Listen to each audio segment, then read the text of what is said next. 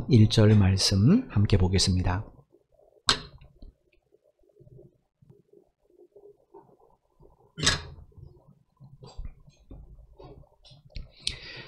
신약성경 276페이지입니다. 고린도전서 11장 1절 말씀 찾으신 줄 알고 제가 봉독해 드리겠습니다. 내가 그리스도를 본받는 자가 된 것 같이 너희는 나를 본받는 자가 되라. 아멘. 가톨릭 서적 가운데 성 바오로 출판사에서 발매하는 사하라의 불꽃이라는 제목의 책이 있습니다. 이게 가톨릭 서적이지만 우리 개신교 신자들도 조금 구입해서 보는 그런 책입니다. 이 사하라 불꽃은 그 사하라 사막의 성자로 불리는 샤를 드 푸코라는 수도사가 있습니다. 이 수도사가 자신이 지나온 영혼의 여정을 기록한 수기를 모은 것이 이 사하라의 불꽃입니다. 이 샤를 드 푸코라는 이 수도사의 직업은 원래 군인입니다.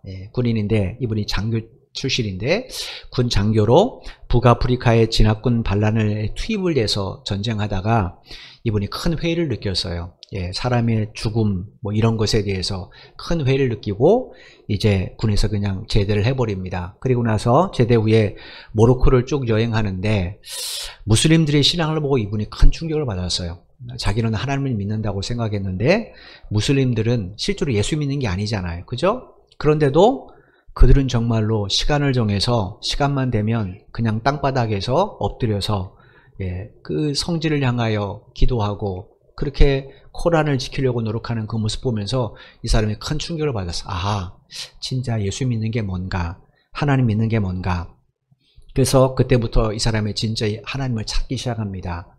그래서 하나님의 은혜로 이분이 이제 회심을 하게 돼요. 그리고 이제 카톨릭 신부가 됩니다. 카톨릭 신부가 돼서 그 이제 트라피스트 수도회라는 곳에서 3년 동안 수도사 생활을 해요. 수도사 생활을 한 다음에 이제 아프리카의 북부 지역에 있는 사하라의 베니아베스라고 이제 타만 라셋이라는 그런 조그마한 동네가 있습니다. 거기 가서 복음을 전하다가 한 원주민의 총에 맞아서 순교를 하게 됩니다. 그분이 이제 살아생전에 남긴, 회심한 후에 남긴 영적 수기들이 있어요. 그걸 모아 놓은 책이 사하라의 불꽃이라는 그런 책입니다. 이 책에서 이분이 이 책을 읽는 모든 독자들에게 질문을 하나 뚝 던집니다. 그 내용이 뭐냐면 하나님을 믿는 그리스도인에게 가장 어려운 것이 무엇일까요? 라는 질문을 던져요. 여러분 어떻게 생각하십니까? 예수 믿는 우리에게 가장 어려운 게 뭔가? 내 이웃을 내 자신과 같이 사랑하라는 이 주님의 말씀에 순종하는 건가? 아니면 하나님의 말씀을 따라 그리스도인답게 사는 건가? 도대체 예수 믿는 내가 제일 힘들어하는 게 뭔가?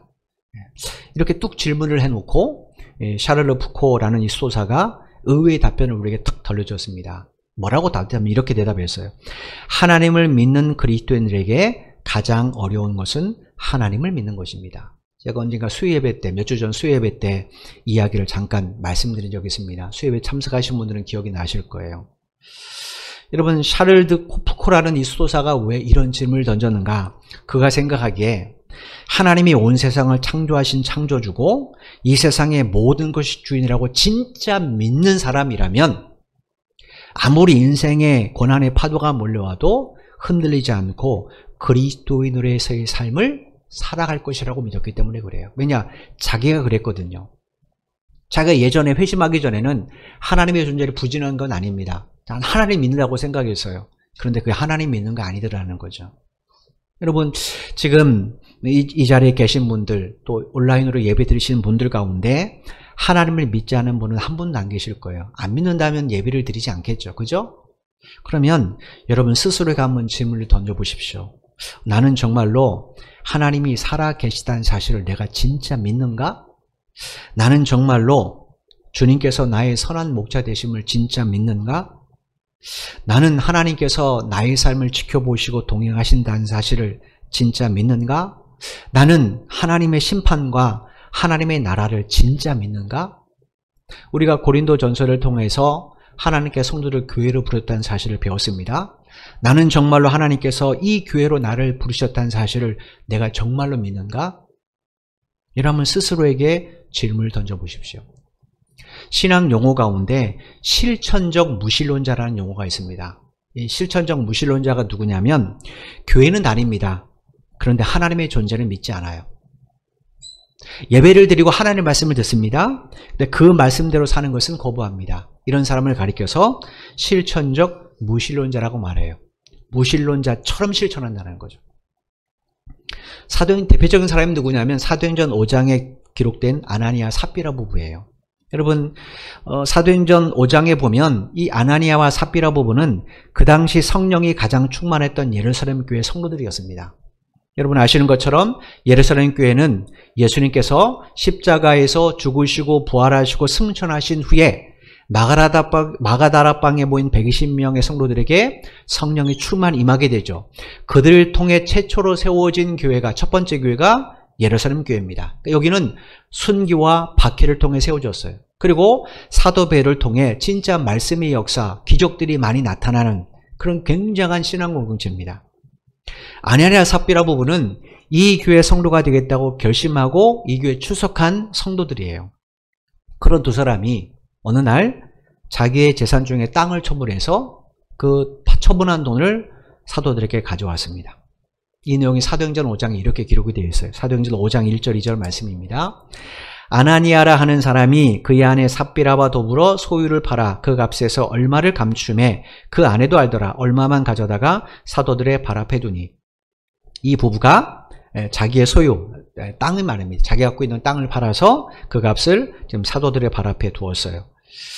여러분, 아나니아와 삽비라 부부가 왜 이런 결심을 했는가? 그 당시 예루살렘 교회는 경제적으로 어려운 성도들을 돕기 위해서 성도들이 자원해서 자발적으로 자기들의 재산을 처분해서 사도들의 발 앞에 내려놓았습니다. 이것으로 가난한 성도들, 어려운 성도들을 좀 돌아가게 해주십시오라고 우리로 말하면 헌금을 한 겁니다. 이런 아름다운 성도의 모습을 보고 이 부부도 우리도 동참해야지라고 아마 결심을 했던 것 같아요. 그래서 자기들도 재산을 팔아서, 땅을 팔아서 지금 그 돈을 가지고 사도들을 발 앞에 놨단 말이에요. 여러분, 겉으로 볼 때 이 부부의 모습이 성령 충만한 모습 아닙니까? 칭찬받아 마땅한 모습 아니에요? 그런데 사도 베드로가 오히려 이 부부 행동을 아주 크게 심하게 책망하고 꾸짖습니다. 사도행전 5장 3절 4절 말씀입니다. 베드로가 이르되 아나니아야 어찌하여 사탄이 내 마음에 가득하여 내가 성령을 속이고 땅값 얼마를 감추었느냐. 땅이 그대로 있을 때에는 내 땅이 아니며 판 후에도 내 마음대로 할 수가 없더냐. 어찌하여 이 일을 내 마음에 두었느냐. 사람에게 거짓한 것이 아니요 하나님께로다. 사도 베드로가 이 부부를 왜 꾸짖었는가. 이 행위를 이 사도행전 5장 4절 하반절 마지막 볼에 보니까 두 사람이 감히 누굴 속이려 했어요? 하나님을 속이려 했다는 거예요. 왜 이렇게 이야기하는가? 그건 아까 사도행전 5장 1절로 2절에 기록이 되어 있었습니다. 이 부부가 원래 처음엔 사도들에게 뭐라고 말했는가? 우리에게 땅이 얼마큼 있는데 내가 이 땅을 팔아서 나도 다른 사람들처럼 다 헌금하겠습니다라고 다른 성도들에게, 사도들에게 그렇게 말을 했던 것 같습니다. 그런데 실제로 땅을 파고 보니까 이게 아까운 거예요.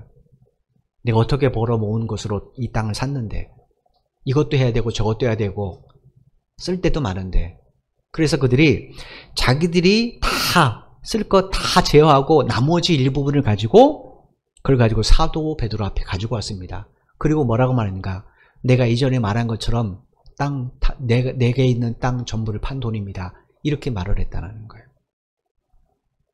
여러분, 그래도 세상의 시각에 보면 이 부부 행동이 그렇게 심각한 죄인가라고 생각할 수 있어요. 실제로 이것 때문에 이 부부는 그 자리에서 즉시 하나님의 심판으로 목숨을 잃었단 말이에요. 우리가 생각하기에는 아니 이게 훔친 돈이 아니잖아요. 그죠? 자기가 원래 자기 땅이에요. 그래 팔았어요. 그리고 아예 헌금 안 한 건 아닙니다.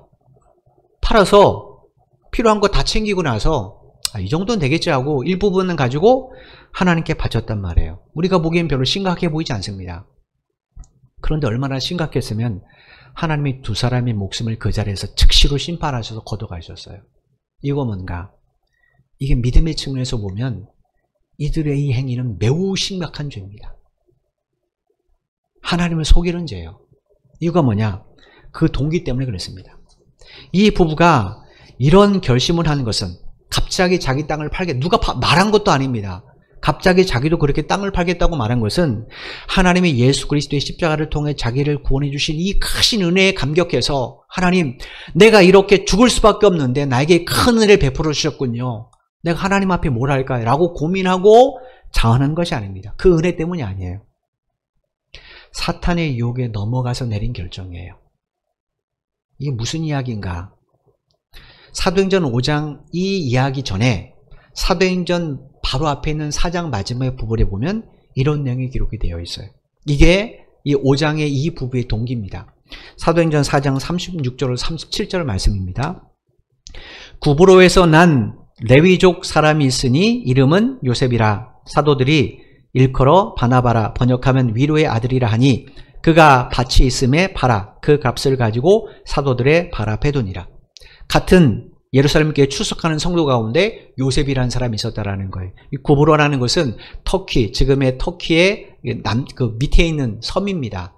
따라서 이 사람이 구브로 출신이라는 것은 이 사람은 헬라파 유대인이라는 거, 우리 말하는 교포 출신이라는 겁니다. 예. 이 사람이 어느 날 자기의 전 재산을 팔아서 자기가 있는 밭이죠, 땅을 팔아가지고 그걸 가지고 하나님 앞에 헌금을 했다라는 거예요. 내가 보니까 성도들 가운데 경제로 힘든 성도가 많은데, 어려운 성도가 많은데 이걸 가지고 주님의 뜻 안에서 잘 좀 써주십시오라고 이제 하나님 앞에 헌금을 하는 거예요. 그런 이 요셉이라는 사람을 사도들이 누구라고 불렀는가? 성도들이 바나바 이렇게 불렀어요. 이유가 뭐냐면 그의 아름다운 헌신을 통해서 경제적으로 어려운 성도들이 큰 위로와 힘을 얻게 됩니다. 그리고 다른 성도들도 그거 보면서 나도 하고 동참하기 시작을 했어요. 그래서 사람들이 야, 이 사람 때문에 교회가 큰 위로를 얻었다. 그래서 아예 바나바라 이렇게 불러요. 바나바란 이제 원래 이름은 아니죠. 요셉이죠. 그렇게 별명을 지어서 그렇게 불렀던 것 같아요. 아냐니아 삽비라 부부가 왜 자기들도 동참하려고 했는가? 그게 부러운 겁니다. 바나바처럼 교회 안팎에서 많은 사람에게 칭송을 받고 인정받아서 종교적 명예를 얻고 싶은 것, 이게 부러운 거예요. 우리말 이런 겁니다. 교회 안에서 장로, 권사, 집사, 안수집사로 불리는 게 너무 부러운 거예요. 그래서 이들도 어떻게 됐는가?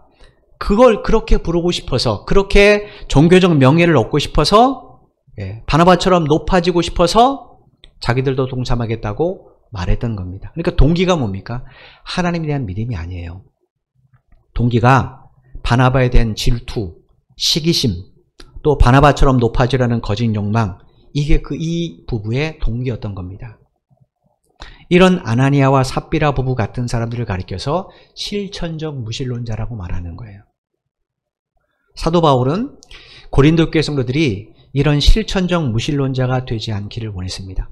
입으로는 하나님이 있다고 말하고, 입으로는 하나님을 경험했다고 말하고, 입으로는 주께서 내게 은혜를 베풀었다고 말하지만 실제로는 하나님이 없는 것처럼 하나님 말씀과 정반대되는, 하나님 말씀을 거부하는 그런 삶을 살지 않기를 원했다라는 거예요. 그래서 오늘 본문 11장 1절에 이렇게 간절하게 호소한 겁니다. 오늘 본문 11장 1절 말씀을 보겠습니다. 내가 그리스도를 본받는 자가 된 것 같이 너희는 나를 본받는 자가 되라. 지난번에도 말씀드린 것처럼 이 말씀은 8장부터 이어진 8장, 9장, 10장의 모든 내용에 대한 총결론이에요. 그 결론이 뭔가? 그리스도를 본받는 자가 되라는 겁니다. 여러분, 사도행전 9장, 고린도서 9장에서 바울이 자기의 사도의 당연한 권리와 자유를 포기한다고 말했어요. 이유가 뭡니까? 그건 예수 그리스도를 본받기 위해서요. 예수 그리스도를 본받기 위해서 바울은 그 모든 것을 포기했단 말이에요. 그러면 예수님께서 우리에게 보여주신 본이 뭔가? 그건 10장 33절 말씀을 직접 몸으로 실천하신 겁니다. 10장 33절 말씀을 보겠습니다. 나와 같이 모든 일에 모든 사람을 기쁘게 하여 자신의 유익을 구하지 아니하고 많은 사람의 유익을 구하여 그들로 구원을 받게 하라. 예수님은 이 땅에 오셔서 자신을 위해서 살지 않으셨습니다. 오히려 많은 사람을 구원하기 위하여 당신의 하나님의 아들로서의 당신의 모든 권리, 모든 자유 스스로 다 포기하셨어요. 심지어 당신의 몸을 십자가의 희생제물로 내어주셨단 말이에요. 그래서 우리가 구원받은 것 아닙니까? 그죠? 사도 바울은 그 주님을 증거하기 위해서 자기도 그 주님을 본받으려 했던 겁니다. 이거 뭔가? 부활하신 주님이 바울을 당신의 그릇으로 선택한 것을 바울이 잊지 않았기 때문에 그렇습니다. 사도행전 9장 15절 말씀입니다. 주께서 이르시되 가라, 이 사람은 내 이름을 이방인과 임금들과 이스라엘 자손에게 전하기 위하여 택한 나의 그릇이라. 이 말씀은 다메섹 도상에서 태양보다도 강렬한 빛으로 바울을 만나주신 주님께서 이제 다메섹에 있는 아나니아라는 제자에게 당신이 왜 바울을 선택했는지 그 목적을 좀 이야기하시는 겁니다. 아나니아에게 야, 집가에 가면 사울이라는 청년 하나 있다. 지금 그가 앞을 보지 못하니까 가서 내가 안수해줘라.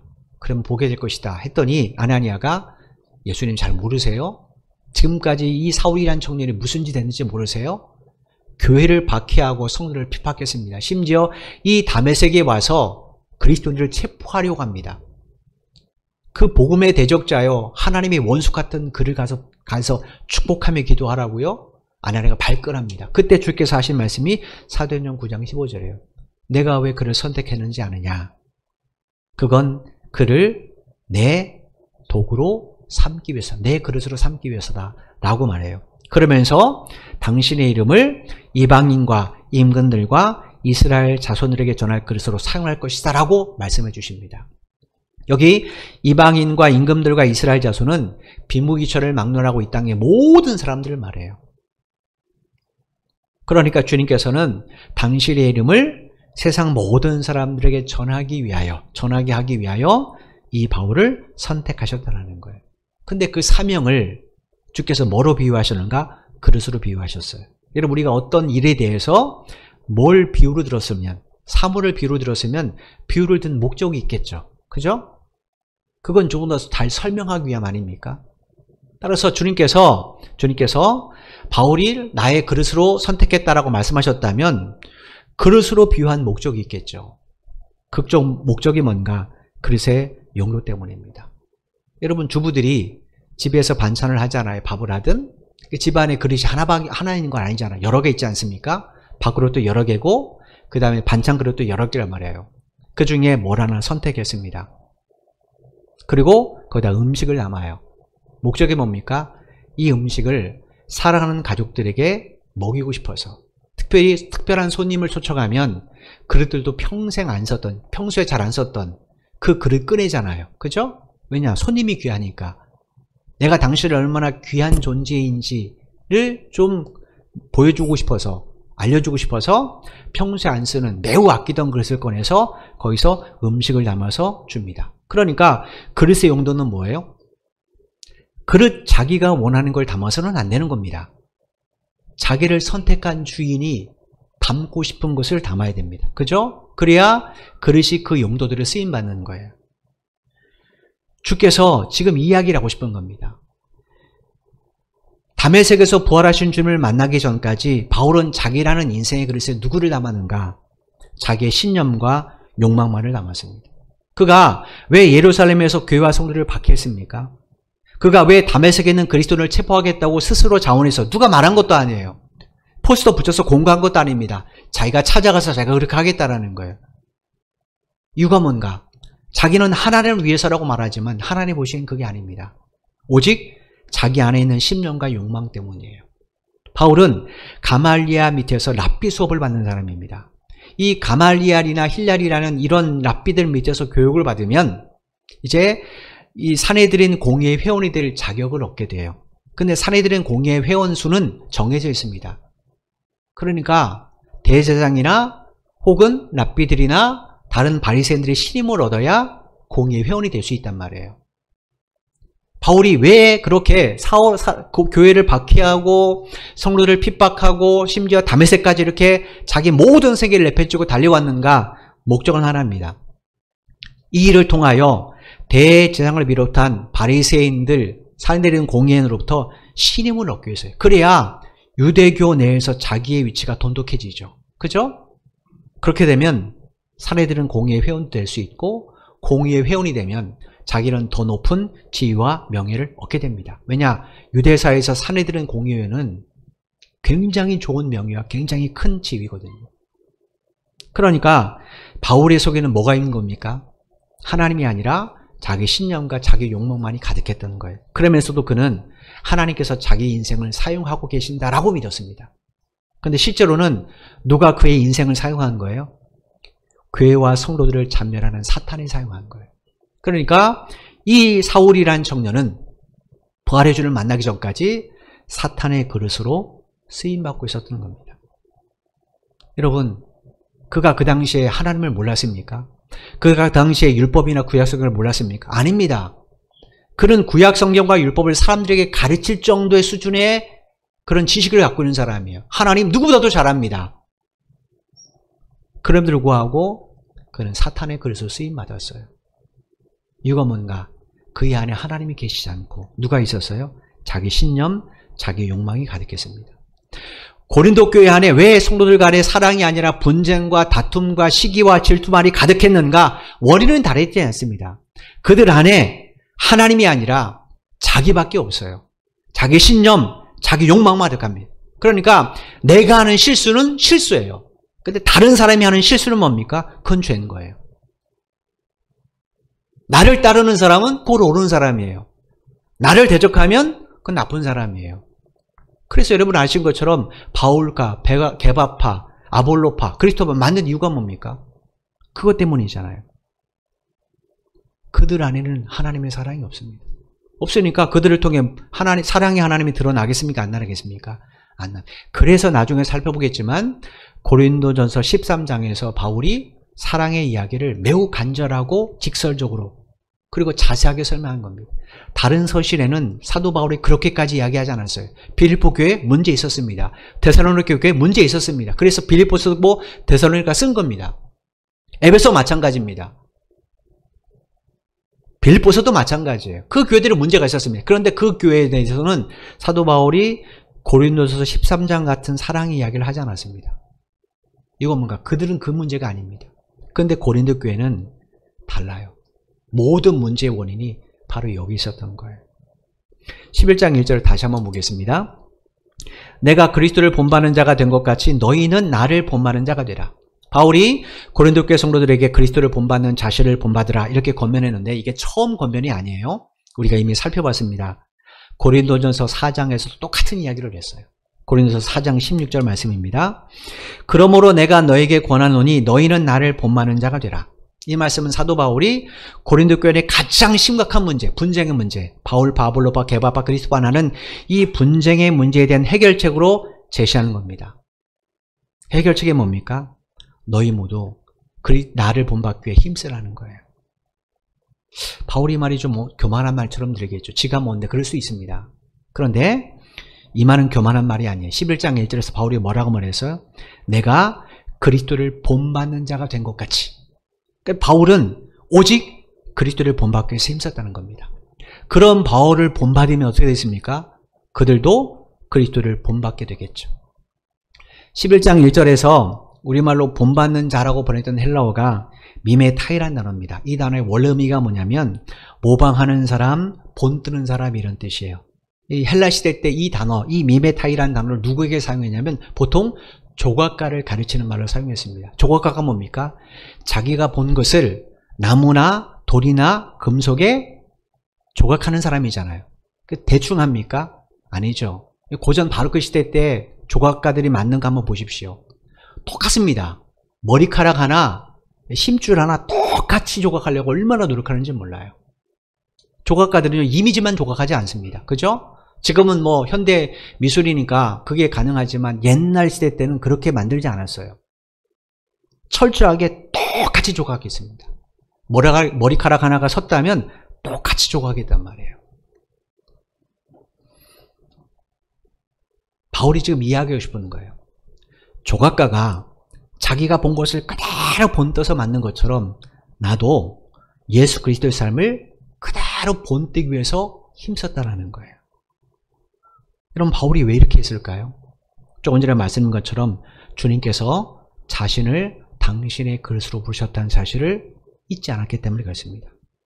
따라서 그 주님을 바르게 전하려면 바울이 자기 안에 누구를 담아야 돼요? 당연히 주님을 담아야 되죠. 그래서 바울은 주님의 부르심을 받은 그때부터 예수님 안에서 예수님에 의해 예수님을 위해 살려고 몸부림쳤던 거예요. 그랬더니 바울을 통해 사람들이 누구를 보게 된 겁니까? 예수 그리스도를 보게 된 겁니다. 고린도 교회 성도들이 왜 바울파, 아볼로파, 게바파, 그리스도파 안에서 서로 미워하고 다투고 시기하고 질투하고 분쟁하는가? 원인은 바로 여기 있었던 겁니다. 그들 안에 주님이 없어요. 자기만 있습니다. 자기만. 그러니 당연히 그들이 누구를 위해 살아가겠습니까? 자기죠. 그래서 교회에서 자기 목소리를 높이는 거예요. 나와 다르면 그건 나쁜 거예요. 잘못된 거예요. 나와 목소리가 같으면 옳은 거예요. 이게 고린도 교회의 문제였다는 거예요. 바울이 이걸 좀 이해하고 싶었던 겁니다. 그리스도인은 예수를 닮은 주님의 그리스도여야 됩니다. 그러므로 여러분 모두 예수님 앞에 자신을 부인하고 예수님을 닮으십시오. 이것이 주께서 바울을 통해 고린도 교회 성도들에게 그리고 이 말씀을 읽는 우리 모두에게 들려주시는 그런 메시지입니다. 여러분 한번 여러분 스스로를 가만히 생각해 보십시오. 과연 나는 내 안에 누구를 담고 있는가? 예수님인가? 아니면 나 자신인가? 한번 곰곰이 생각해 보십시오. 나를 위해서는 내가 시간을 얼마든지 내는데, 내 즐거움을 위해서 얼마든지 내는데 주님을 위해서 나는 낼 시간이 없는 사람은 아닌가? 나를 위한 고난은 얼마든지 감당하는데, 그 경제적 어려움이든 자식의 문제든 나를 위한 고난은 다 감당하는데 주님을 위한 십자가는 내가 피하고 있지는 않은가? 우리는 우리 스스로를 좀 돌아볼 필요가 있습니다. 언젠가 제가 설교 시간에 토마스 아 캠피스의 그리스를 본받아라는 책에 대해서 여러분에게 말씀드린 적이 있어요. 이 이야기를 다시 한번 여러분에게 들려드리고 말씀을 좀 맺으려고 합니다. 이 그리스를 본받아라는 이 책은 토마스 아 캠피스가 15세기에 네덜란드 공동생활 형제단에서 수도생활을 했습니다. 그때 그가 수도사들을 위한 경건생활의 지침서로 쓴 책이 그리스도를 본받아입니다. 적어도 예수를 따르기 위해서 수도의 길에 들어섰다면 이렇게 살아야 된다라는 지침서로 쓴 책이에요. 근데 그 책에서 토마스 아 캠피스가 그리스도를 향해서 예수를 믿고 따르겠다는 이 땅의 모든 그리스도를 향해서 이런 말을 합니다. 들어보십시오. 예수님의 하늘나라를 사랑하는 사람은 많지만 그의 십자가를 지는 사람은 매우 적다. 예수님의 평안을 바라는 사람은 많지만 그의 고난을 바라는 사람은 매우 적다. 예수님의 식탁에 함께 앉기를 원하는 사람은 많지만 금욕을 함께하고자 하는 사람은 매우 적다. 예수님과 함께 기쁨을 누리고자 하는 사람은 매우 많지만 그를 위해서 또한 그와 함께 기꺼이 고난을 견디고자 하는 사람은 별로 없다. 많은 사람들이 예수님을 따르며 그와 함께 떡을 떼고자 하지만 그의 고난의 잔을 마시고자 하는 사람은 심히 적다. 많은 사람들이 예수님이 행하신 기적을 기리지만 그의 십자가의 치욕은 별로 따르고자 하지 않는다. 토마스 캠피스라는 사람은 주님을 닮으려고 몸부림을 쳤던 정말로 경건한 그리스도인입니다. 그런 그가 그리스도를 본받아라는 책을 쓰는데 원래 이 책의 영문 제목이 뭐냐면 The Imitation of Christ라는 뜻이에요. 제가 말씀을 드린 적이 있습니다. 우리말로 번역하면 그리스도를 흉내내기 이 정도의 제목이 될 겁니다. 왜 토마스 아 캠피스가 이 책을 이렇게 썼는가? 그냥 수도사들을 위한 경건한 서적입니다. 지침서예요. 근데 왜 이런 말을 썼는가? 그것은 신앙이라는 것은 그리스도를 흉내내고 따라하는 것에서부터 시작되기 때문에 그렇습니다. 여러분 아이들이 어떻게 말을 배웁니까? 부모를 따라하다가 배우는 겁니다. 아이들의 행동은요 부모의 말과 행동을 그대로 있습니다. 만약에 욕을 잘하는 부모에 대해서 아이가 그 말을 배우면 어떻게 됩니까? 의미도 모르면서 상스러운 말을 막 하게 돼요. 그죠?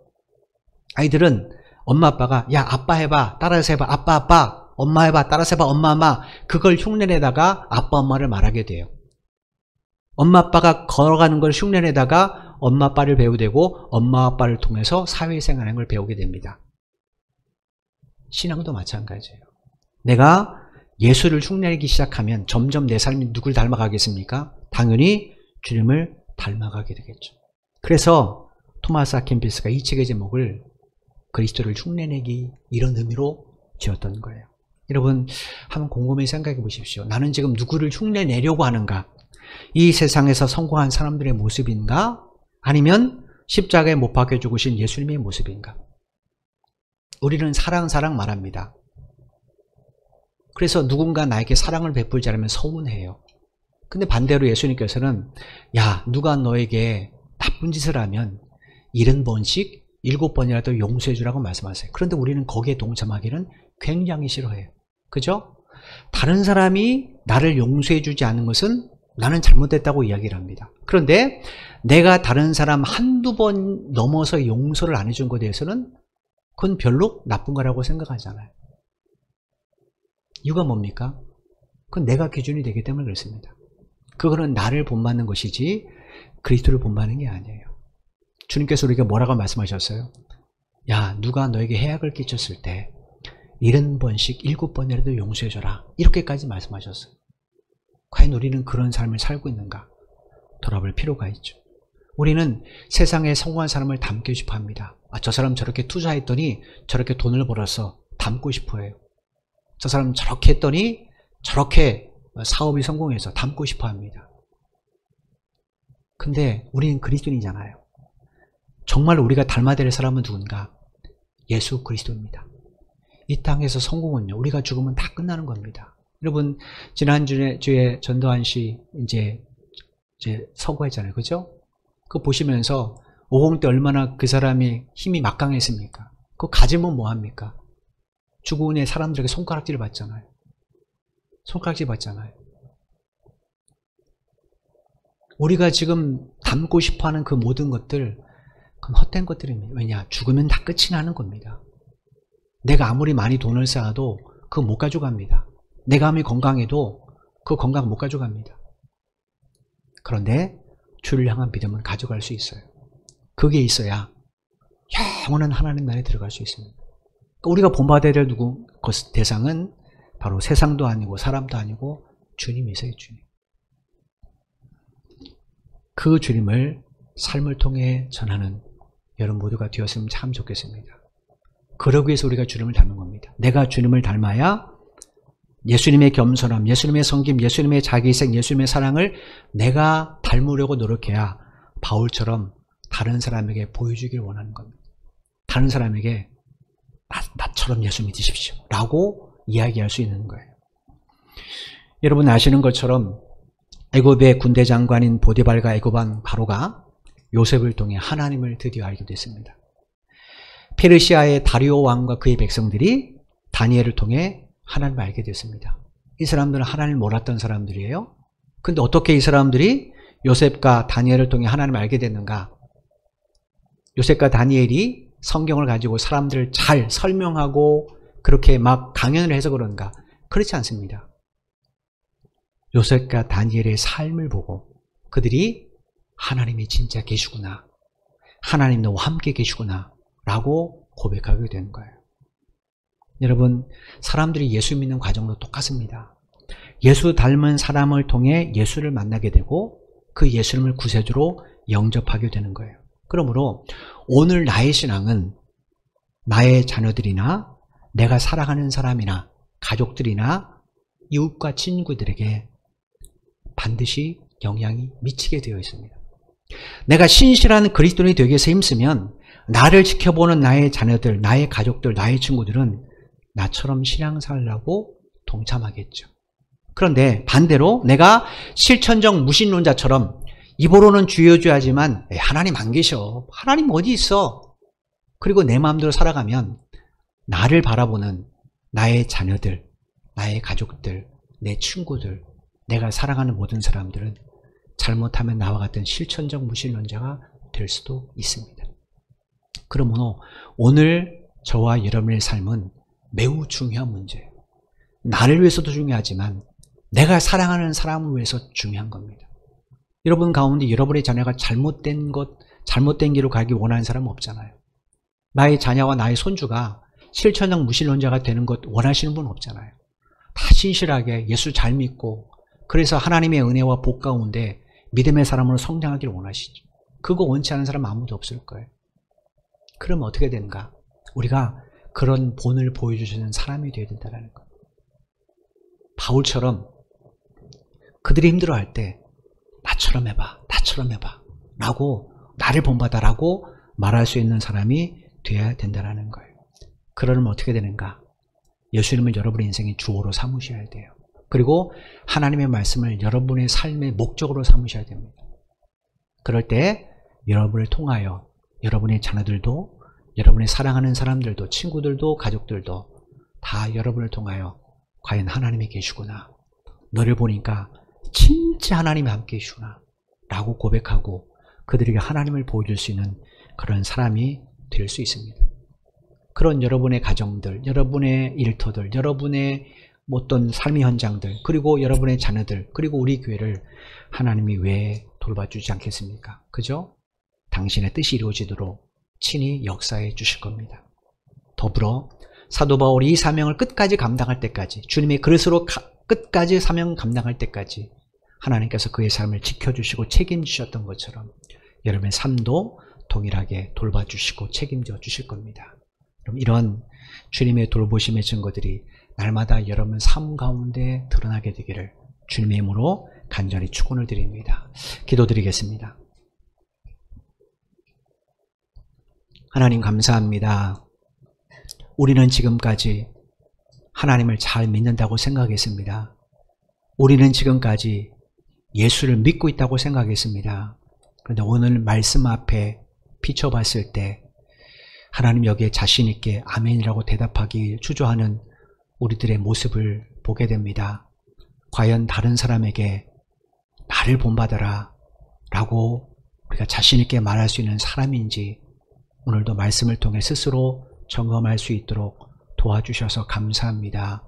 이전까지는 우리 안에 주님이 아니라 내가 담겨 있었다면 나의 욕망들, 나의 성공들, 아나니아 삽비라처럼 다른 사람에게 칭찬받고 싶은, 인정받고 싶은 그런 욕망들만 가득했다면 이 시간 이 모든 것을 다 비우고 주님을 닮길 원합니다. 주님 오셔서 우리의 마음의 주인이 되어 주옵소서. 그래서 주의 말씀이 우리 삶의 목적어가 되게 하여 주옵소서. 다른 사람에게는 하나님의 말씀을 강요하면서도 우리 스스로는 말씀을 따라 살지 않는다면 우리는 어쩌면 실천적 무신론자일지도 모릅니다. 하나님, 우리 모든 성도들이 이런 실천적 무신론자가 되지 않도록 긍휼을 베풀어 주옵소서. 정말로 어떤 상황에서도 자로나 우러나 흔들리지 않고 하나님 중심, 말씀 중심, 교회 중심, 예배 중심의 삶을 살 수 있는 바울과 같은 주님의 그릇들이 될 수 있도록 도와주옵소서. 그럴 때 우리 성도들의 삶을 통하여 성도들의 자녀들도, 후손들도, 가족들도, 친구들도, 많은 사람들도 요셉과 다니엘처럼 삶을 보고 하나님을 알게 된 사람들처럼 우리 성도들의 삶을 보면서 하나님의 살아계심을 알게 될 겁니다. 예수님을 만나게 될 겁니다. 우리 모두가 그런 그릇들이 될 수 있도록 은혜 베풀어 주옵소서.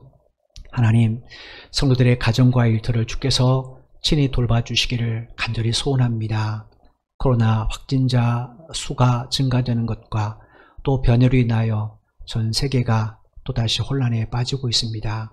하나님께서 긍휼을 베풀어 주시고 지켜주지 않으면 우리의 삶의 현장은 무너질 수밖에 없습니다. 하나님, 한 주간도 성도들의 가정과 일터를 이 코로나 바이러스로부터 보호하여 주옵소서. 하나님, 특별히 일터 안에 하나님의 풍성한 은혜를 베풀어 주셔서 복의 통로로 쓰임받을 수 있도록 역사해 주옵소서. 우리 자녀들의 학업의 현장도 주께서 지켜주시기를 간절히 소원합니다.